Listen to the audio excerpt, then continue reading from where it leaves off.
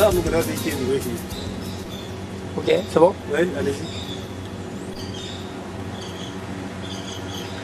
Bonjour Monsieur Mokhtar. Oui, bonjour, c'est Nourou. Ici on est au siège de la société Radcom, ici à l'hôtel Gaoui de Niamey, à la piscine de l'hôtel Gaoui.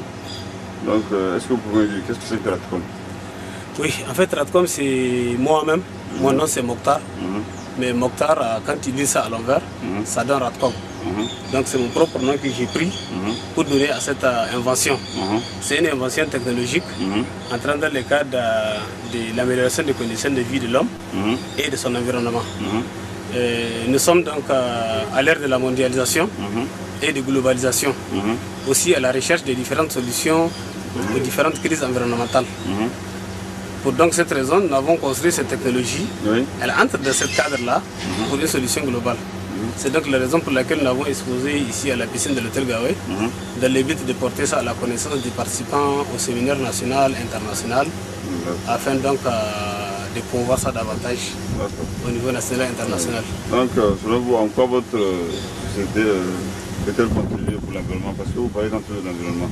Oui, je disais... Si de sauvegarde de l'environnement, donc dans quel cadre elle peut... rentrer dans la production de l'environnement. Dans la sauvegarde de l'environnement. Voilà, donc je disais que Radcom, elle entre dans le cadre de la protection de l'environnement, du moment où la technologie, même Radcom, permet de numériser, de digitaliser tous les avantages technologiques. Et bien c'est à partir de ce moment-là qu'on comprendra, bien sûr, en fin de compte, Radcom est une technologie utile pour l'environnement. Parce que Radcom permet de numériser la voiture, les avions, les trains, les industries, les bateaux, numériser tous les systèmes. C'est-à-dire Radcom, c'est un autre modèle de vie qui est complètement environnemental, qui est beaucoup plus avantageux à l'environnement, qui protège l'environnement, qui rehausse l'image de l'environnement, qui permet donc la récupération de l'ensemble des eaux de surface perdues, qui permet la récupération de l'ensemble des forêts perdues, qui permet la récupération de l'ensemble des animaux aussi perdus. Donc autrement dit, avoir un environnement sain, donc l'être humain est en parfaite harmonie avec la nature en son monde. Voilà, donc c'est pour cette raison que nous avons construit ici. Les dirigeants mondiaux qui sont à la recherche de solutions pour la protection de l'environnement, eh bien, c'est parce qu'ils ne savaient pas que cette technologie Radcom peut protéger l'environnement de façon globale. C'est la raison pour laquelle... Donc, en amont, vous avez la solution quoi vous? Mais la solution en amont, on a ici. C'est ça qui est exposé ici à la piscine. C'est parce qu'on a la solution, c'est pour cette raison qu'on a exposé. Quels sont les avantages de Radcom? Les avantages de Radcom, c'est que je disais que Radcom est une technologie nouvelle qui est venue remplacer la technologie actuelle. Autrement dit, la technologie actuelle que l'homme utilise là, Radcom est venu pour la remplacer. C'est ce qu'on appelle radcologie. Radcologie, c'est une science nouveau qui vient d'arriver, qui, bien sûr, une fois adoptée cette science-là, ça remplace la technologie actuelle. Qu'est-ce qui pollue l'environnement actuellement? C'est la technologie actuelle, bien sûr. C'est les motorisations, c'est les industries, c'est les avions, c'est les trains, c'est les bateaux, c'est le feu du brousse. C'est ça qui pollue l'environnement. Or, Radcom, elle, à son temps, elle supprime la pollution de l'environnement catégorique sur la Terre. Elle supprime donc la dégradation des couches d'ozone, elle supprime l'avancée du désert, elle supprime la pauvreté, elle supprime le chômage, elle supprime la guerre, elle supprime tout ce qui est dangereux pour l'homme et son environnement. Et cette fois-ci, avoir un environnement sain pour donc pouvoir continuer à vivre en parfaite harmonie avec la nature, à 100%. D'accord, pour finir, qu'attendez-vous des bailleurs de fonds comme aide? Oui, les bailleurs de fonds, bien sûr, ce qu'on attend des bailleurs de fonds, c'est d'avoir un financement qui va nous permettre maintenant. C'est même la raison pour laquelle j'ai construit mon club Radcom là. Club Radcom, c'est un club à pour but de promouvoir cette idée-là au niveau national, régional, international. Tu comprends? Mais maintenant, ce club-là, nous l'avons imaginé pour que nous puissions avoir 1 million de financement avec les bailleurs de fonds, afin donc de pouvoir développer Radcom davantage, pour cette fois-ci construire un film documentaire sur les changements climatiques, afin donc de porter à la connaissance des dirigeants mondiaux qui sont à la recherche de ces genres de technologies. Parce que nous, notre découverte que nous avons fait ici, ils sont à la recherche de ça, ils n'ont pas ça. Bon, puisque nous, on a ça ici, comment maintenant porter cette découverte-là à leur connaissance? Voilà, une fois qu'ils ont ça, ils ont l'information de cette découverte, que Radcom est une technologie capable de protéger l'environnement global, automatiquement, ils vont l'appliquer. Et dès qu'ils l'appliquent, voilà, c'est fini. Donc l'idée principale, on n'a pas de financement à notre club, on n'a pas le moyen, on a besoin d'un petit financement auprès des bailleurs de fonds pour la réalisation d'un film documentaire sur les changements climatiques. En même temps, profiter de cette film-là pour porter Radcom à la connaissance du monde. Tu comprends? Je comprends. Voilà, donc voilà la raison pour laquelle. D'accord, monsieur Mokhtar. Merci de votre disponibilité. Oui, merci beaucoup, monsieur. Bonne chance. Ouais. Du courage. Et merci beaucoup. Merci. Bon, viens, tu me demandes ce que c'est que. Comment, monsieur Mokhtar, pouvez-vous nous expliquer comment fonctionne votre invention? Oui, le fonctionnement de l'invention. Oui. D'abord ici en bas, ici c'est le passage du train. Là c'est le passage du véhicule. Là c'est le passage de l'électricité haute tension. Là c'est les indicateurs, le rouge là, le pont rouge là. C'est les indicateurs de lumière. La nuit ils s'allument pour empêcher les appareils volants de tomber sur elle. Parce que c'est un ouvrage. Et ici là, par exemple ici, tu as le transport, tu as le tuyau 1, 2, 3, 4. Donc ce tuyau là, vous avez ici le transport de communication. Là vous avez le transport de l'eau potable, l'eau à boire. Et là vous avez le transport de l'ensemble des liquides et des carburants. Et là vous avez les caniveaux, l'eau sale.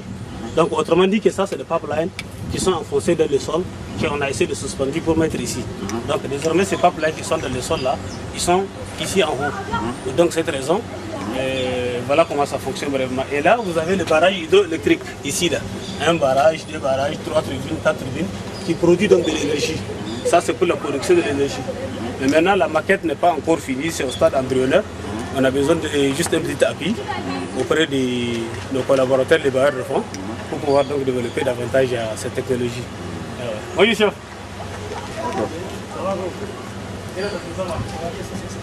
C'est une idée. Okay. Alors, vous avez ici, c'est un pont. En fait, c'est un pont en quelque sorte. Forme d'X, tu vois, X. C'est un pont forme d'X. Donc ici en bas vous avez le train qui passe, ici en haut vous avez le véhicule qui passe, ici vous avez l'électricité haute tension, ici vous avez l'électricité basse tension, ici vous avez le transport de l'eau potable, l'eau à boire, ici vous avez le transport du carburant et ici vous avez les caniveaux qui sont dans le sol.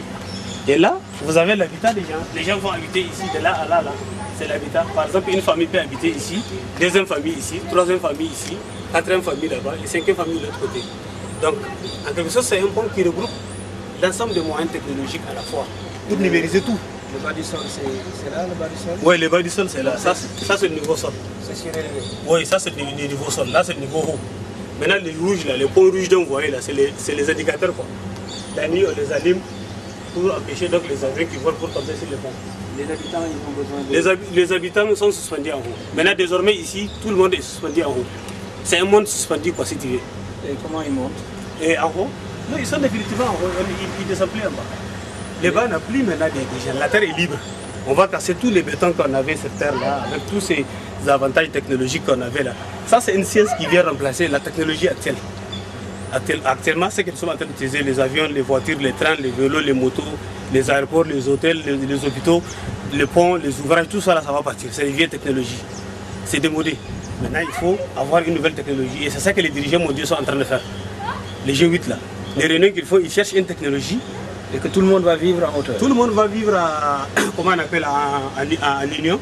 C'est-à-dire qu'ici le monde est uni parce que les Sénégalais sont là, les Nigériens sont là, l'Afrique est là, l'Europe est là, l'Amérique est là. Et l'agriculture, comment on va faire? L'agriculture en ce moment c'est lui qui va faire parce que lui c'est les pipelines là. Il descend en bas, il pisse donc les récoltes, lui-même il pisse, il amène ici, il met dans son ventre et il travaille ça. Il pise en bas, comme l'éléphant qui mange là. Tu vois, l'éléphant, il a un béquille en bas qui pise les aliments et il met dans son ventre. Donc lui aussi, il pise les récoltes. En ce moment, les champs, ça serait tout au longueur du pont. Ça ne serait pas éparpillé comme on fait maintenant là. Donc tout au longueur du pont, lui, le peuple là, il pise les récoltes, il met dans son ventre, il travaille ça, il prépare, il vous donne à manger. C'est comme ici à l'hôtel là. Les gens habitent en haut, les cuisiniers sont là, ils préparent à manger, ils viennent vous donner à manger. C'est la même chose. Donc c'est une machine qui fait tout. C'est une façon d'intégrer le monde entier ici là. C'est un monde nouveau quoi. C'est ça que les dirigeants mondiaux sont en train de chercher à faire maintenant. Ils cherchent à créer une technologie capable donc de protéger, de respecter la nature et avoir une parfaite harmonie avec la nature de l'être humain. C'est ce qu'ils sont en train de chercher à faire maintenant. Maintenant nous on a l'idée ici. Mais maintenant comment porter cette idée à leur connaissance? Comment porter cette idée à la connaissance des dirigeants mondiaux? Mais alors quand c'est comme ça, c'est que c'est très moderne? Oui, c'est moderne. Mais ça demande beaucoup de maintenance. La maintenance, non, ici c'est la machine qui fait tout. L'homme ne fait rien ici. C'est-à-dire ici, un homme ne travaille pas. Vous savez, maintenant, nous sommes dans un monde où il faut travailler pour manger. Mais ici, tu ne travailles pas, tu manges. Ici, c'est la machine même qui travaille. Non seulement la réalisation, mais la maintenance des machines. Non, la maintenance, c'est elle-même qui se fait. C'est elle-même qui a des appareils. C'est elle-même qui a des dispositifs à l'intérieur qui fait la maintenance de tout ce qui est bloqué. C'est comme les ordinateurs. Là, de le futur, on va fabriquer des ordinateurs auxquels on ne répare pas. On fait un dispositif comme un boîte noire des avions là, dedans, qui arrange tout ce qui est gâté. Voilà. C'est un concept futuriste, c'est effectivement. Mais quand même, difficile à admettre. Oui, mais d'après vous, vous voyez que c'est bon pour la protection de l'environnement et la production de l'énergie et le transport de liquides et carburants, de l'eau potable. D'ailleurs, le problème du monde, c'est quoi? C'est le transport des marchandises, transport des piétons et transport des biens. C'est ça le problème de l'homme. C'est-à-dire, moi, quand je vois un projet comme ça, je peux comprendre, par exemple, que pour désenclaver, que les gens produisent. Quel genre de déchets, par exemple? Les déchets humains, par exemple. Oui, il faut aller des égouts, il faut les recycler, ça c'est de la technologie, il faut les amener quelque part dans un fleuve ou en mer. Ici, on a la possibilité d'amener là où on veut tous les déchets du monde entier, des 5 continents. Voilà. On les gère. Bon, là où je suis en train de penser à l'Afrique. Oui, à l'Afrique, oui. L'Afrique, on a un retard technologique tel que ça, c'est un gros projet. Oui. Dans certains pays occidentaux, ce n'est pas un gros projet parce que tout ça, c'est déjà quelque chose de fait. Vous allez en Malaisie, vous trouvez un train suspendu, une autoroute suspendue et tout ce qui va avec. Donc, les êtres humains sont en bas. C'est pourquoi je demande comment ils font.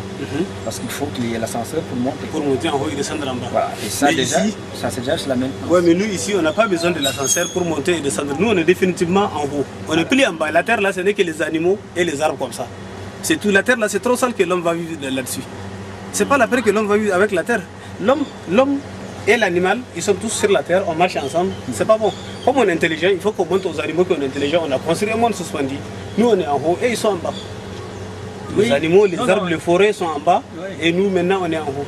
Mais maintenant, si tu veux l'ascenseur dont tu disais là, par exemple, ici, là, c'est l'habitat d'un foyer. Hein? Maintenant, tu es là avec ta femme et tes enfants. Vous voulez descendre, vous descendez ici avec l'ascenseur, vous sortez dans les pylônes là, vous marchez dans la nature. Mais en ce moment, on n'aura pas besoin de la terre, au moins de celui-là. Tu ne veux même pas voir la terre. Parce que la terre, ça sera des verdures partout comme celui-là. Verdure partout, c'est des arbres qui est partout, quoi. La terre, on a enlevé les bétons là, on a enlevé les ponts là, on a cassé tout, on a tout jeté dans la poubelle. C'est une idée futuriste. Voilà, c'est une idée futuriste. Justement. Les gens, on a apprécié beaucoup. Il y a eu soutien de, comment on appelle, Ablaouad du Sénégal. Il a soutenu ça sur l'antenne de radio sénégalaise. Lui aussi, c'est un vieux rêveur. Voilà, c'est un rêveur. Il a aussi soutenu ça sur l'antenne de RFI. Il a fait une émission avec Madeleine Macabano. C'est un vieux rêveur. Il y a George Bush des États-Unis qui a soutenu ça. Il y a Jacques Chirac de la France qui était d'abord ici même pour voir ça. Ici. Il y a Nicolas Sarkozy qui vient d'arriver récemment. J'ai voulu l'amener ici pour qu'il voit ça parce qu'il était ici, là, dans la salle. Là. Il a fait sa conférence ici. Donc j'ai voulu l'amener ici. Malheureusement, je n'ai pas eu le temps le jour là de l'amener. Finalement, donc c'était pas facile. Il y a l'ancien président, l'ancien premier ministre Ibrahim Samayaki de la République du Niger qui a soutenu ça aussi sur l'écran national. Qu'est-ce qu'ils ont fait quand ils ont fait? Ils ont fait des soutiens seulement, c'est des politiciens, ils ont dit c'est bon, mais ils n'ont pas donné de l'argent. Et maintenant, notre politique. Il n'y a rien de concret. Il n'y a rien de concret. Mais maintenant, nous, c'est l'argent qu'on cherche pour développer davantage. Voilà pourquoi on expose ici. Ici, quand on fait le séminaire, il y a plus de 2000 personnes qui sont là, ils se rafraîchissent. Donc pendant ce temps, je viens là, je porte ça à leur connaissance petit à petit. C'est ici le siège même de mon projet Ratcom là. Sinon, vous, c'est quel nom? Papa. Papa. Vous êtes sénégalais? Oui. Ah d'accord. Vous êtes de passage ici ou bien? Tout à fait. Et vous travaillez où? Dans les télécoms. Dans les télécoms. Mais ça, c'est un réseau de télécoms. C'est un réseau virtuel. C'est une architecture de communication. Oui, mais c'est pour ça moi je me suis intéressé à l'aspect. C'est une architecture. Vie des hommes. Oui. Et maintenant. Parce qu'en fait, moi, le problème de défi est plus technologique. Ouais. Par exemple, ici, alors, vous voyez pourquoi moi je dis que c'est futuriste? Ouais. Parce que, aujourd'hui, les liaisons internationales, par exemple le téléphone, marchent essentiellement grâce au satellite. Oui. Et marchent essentiellement grâce au câble sous-marin. Oui. C'est-à-dire, on a besoin aujourd'hui d'avoir des liens qui passeront dans les mers. Bon, donc, des télécoms ne pourront pas être circonscrits dans un petit tube. Oui, mais l'idée principale de ce que vous venez de citer là, les satellites et les câbles sous-marins là, c'est parce que le monde, l'architecture de ce monde a été faite de façon désordonnée. Non. Si. Je suis pas d'accord. Je suis en train de vous expliquer. Non, je ne suis pas d'accord avec vous. C'est parce que simplement, Aujourd'hui, on ne peut pas vivre. Par exemple, si vous voulez prolonger ce système-là jusqu'en Europe, qu'est-ce que vous allez faire? Si vous ne voulez pas utiliser, la mer, ni la terre, qu'est-ce que vous allez faire? Vous allez mettre des systèmes comme ça, tout au long, bout à bout, sur plusieurs kilomètres, traverser. À un moment donné, il faudra traverser la mer. Est-ce que vous êtes d'abord d'accord avec moi de l'autre question que j'ai dit, c'est parce que le monde est construit de façon désordonnée, c'est pour ça les satellites et les câbles sous-marins? Non, je ne suis pas d'accord. Parce qu'ici, on n'a pas besoin de satellites, on n'a pas besoin de câbles sous-marins. On a besoin de communiquer. Si, mais on a... Lui, c'est un satellite lui-même, ça là. C'est parce que tu n'as pas... Attends, je vais vous donner mes coordonnées. Si filmer est nécessaire. Nous, dans Kataïna, on voit.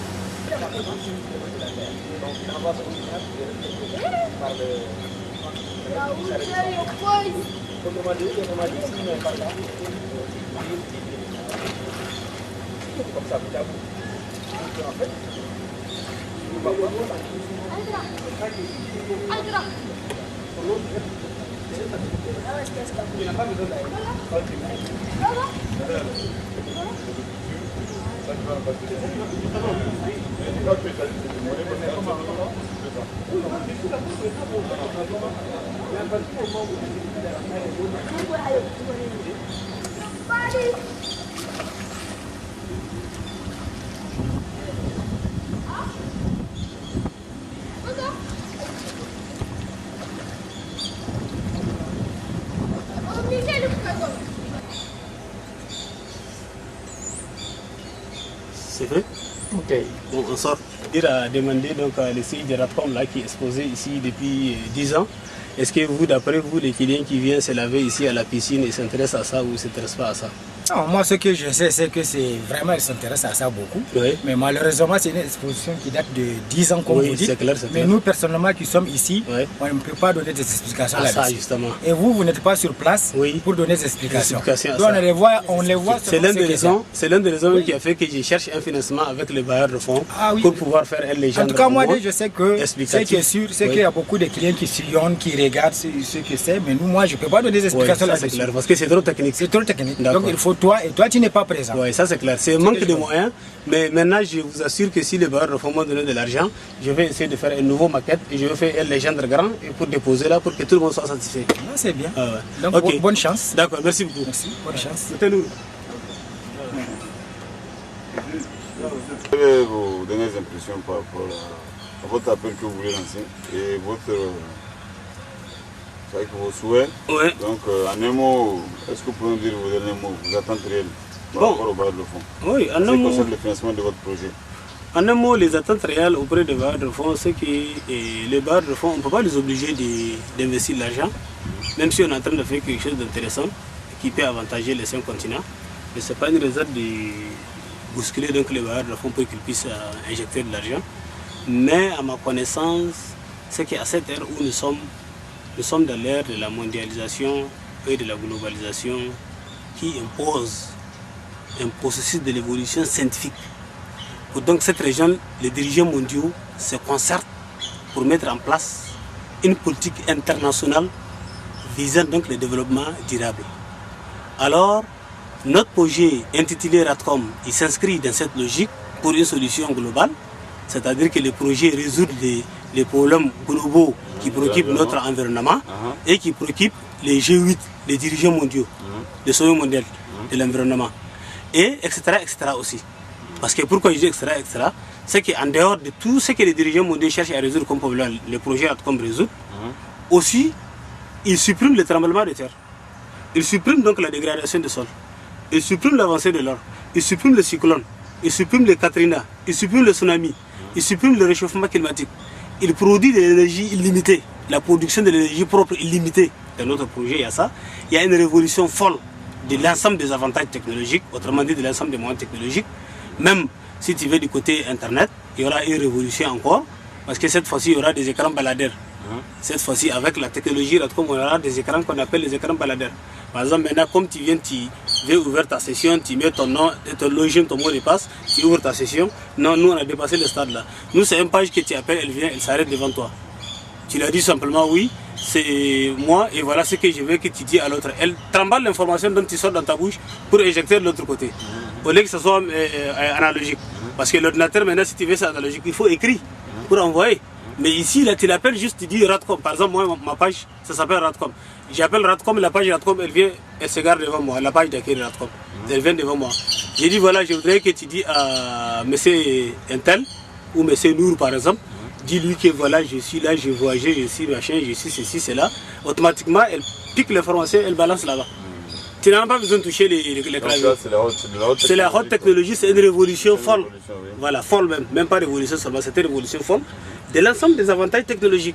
Donc, terre à terre, notre technologie, elle protège l'environnement du moment où tous les agents, maintenant qu'est-ce qui pollue l'environnement?